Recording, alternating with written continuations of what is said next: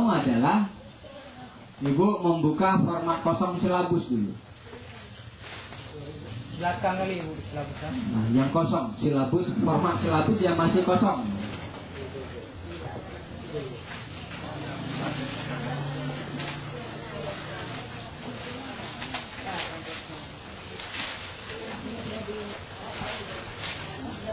Nah, katanya tadi pesertanya ada 28 Bu ya? Ya Bu ya? Sebenarnya ada 28 orang. Nah, kalau umpamanya di kelas 1 itu berapa pelajaran Bu semuanya kelas 1? 10. Ibu ngajar ke 10-10-nya. Kalau agama ada guru sendiri kan? Nggak ada. Guru olahraga sendiri ya? Asing ya? Kalau kesenian?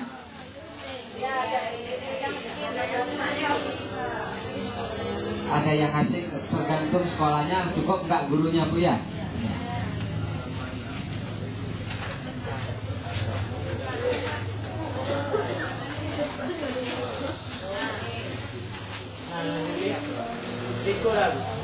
Nah, sekarang kita bagi 6 kelompok saja Bu ya. Nah, kalau kita nggak bagi kelompok, itu kan membuat silabusnya jadi seorang satu kan banyak pelajarannya. Jadi kita bagi kelompok, setiap kelompoknya membuat satu pelajaran.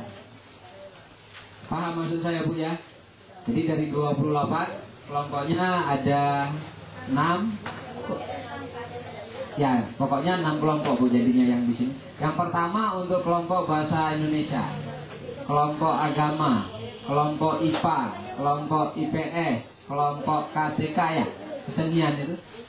Terus yang terakhir kelompok PKN. Ada PKN Bu? PKN ada SD kelas 1? Ada. Nanti saya ulang Bu ya. Kelompok yang akan kita buat itu adalah yang pertama agama. Terus yang kedua nanti tinggal saya bagikan. Agama, terus PKN, terus bahasa Indonesia, IPS, matematika, IPA. Ya, 6 ya.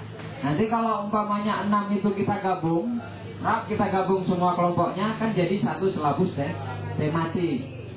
Jadi kalau umpamanya satu kelompok buat satu silabus tematik mungkin tidak tercapai. Jadi masing-masing kelompoknya membuat satu silabus untuk satu mata bidang studi. Nah, sudah dapat format yang tadi kita bicarakan Bu? Sudah. Nah, sekarang Ibu balik ke sini. Kalau pengertiannya ini mungkin tidak ada hal yang sangat mendasar di sini, tapi ada sesuatu di sini kalau memang ingin dibaca perlahan-lahan. Katanya seperti ini Bu. Silabus adalah rencana pembelajaran pada suatu atau kelompok mata pelajaran atau tema tertentu.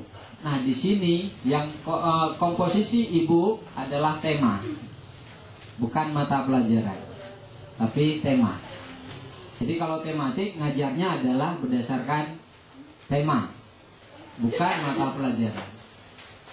Itu yang pertama. Yang mencakup, ayo kita lihat sekarang format kita. Punya standar kompetensi format kita Bu? Punya Bu ya? Standar kompetensi punya kan? Di format silabus kita ada ya. Terus di kompetensi dasar ada. Materi pokok pembelajaran, kegiatan pembelajaran, indikator pencapaian, kompetensi untuk penilaian. Oh bukan, maaf, indikator pencapaian kompetensi untuk penilaian ada. Terus penilaian ada, alokasi waktu ada, sumber belajar ada. Secara tidak langsung maka format yang dibagikan ke Ibu sah menurut undang-undang. Nah, apakah ada format yang memang benar-benar betul? Format yang saya bicarakan sekarang format tidak ada. Jadi nggak ada penentuan formatnya harus seperti itu. Yang harus ada dalam sebuah silabus apa? Ada SK-nya, ada KD-nya, nggak dalam tabel juga nggak apa-apa. Jadi ditulis saja standar kompetensi dasar, ditulis saja, nggak dalam bentuk tabel, silahkan. Yang penting unsur-unsur yang saya bacakan lewat pengertian ini terdapat di dalam format silabus yang Ibu buat. Paham maksud saya Bu? Tapi belum dibagi, itu sebentar lagi saya buat. saya sedang membicarakan tentang format. Jadi kalau ada orang nantinya mengatakan format silabus itu harus seperti ini, mungkin yang harus diberitahukan kepada orang yang bilang itu adanya di nomor undang-undang nomor berapa? IPA jam kedua. Sekarang saya ngajar dengan metode tematik. Yang pertama saya masuk di IPS. Saya akan pertama mengenalkan diri dan macam-macam. Terus hubungannya ketika saya mengenalkan diri begini ya. Nama saya sekian kan begitu. Visi saya sekian. Ketika saya mengajar IPA, mengenalkan anggota tubuh, kira-kira kaitannya dengan yang tadi saya ajarkan mengenal diri sendiri itu apa?